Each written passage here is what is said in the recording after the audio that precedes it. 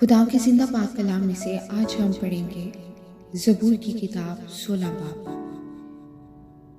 आए खुदा मेरी हिफाजत कर, क्योंकि मैं तुझ ही में पनाह लेता हूँ। मेरे खुदावंद से कहा है तू ही रब है, तेरे सिवा मेरी भलाई नहीं। ज़मीन के मुकद्दस लोग मुबरगज़ीदा हैं, जिनमें मेरी खुशनुदी है। गैर मबूदों के पीछे दौड़ने वालों का गम भर जाएगा। मैं उनके से खून वाले तपावे नहीं तपाऊंगा। खुदावंद ही मेरी मिरास और मेरे प्याले का हिस्सा है। तू मेरे बकरे का मुआफ़िज़ है। चारे मेरे लिए दिल पसंद जगहों में पड़ी, बल्कि मेरी मिरास खूब है। मैं खुदावंद की हम्द करूंगा, जिस पे मुझे नसीहत दी है।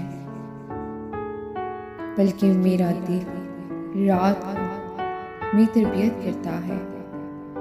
मैंने खुदावंद को हमेशा अपने सामने रखा है, चूंकि वो मेरे दाहिने हाथ है, इसलिए मुझे जुम्बश ना होगी।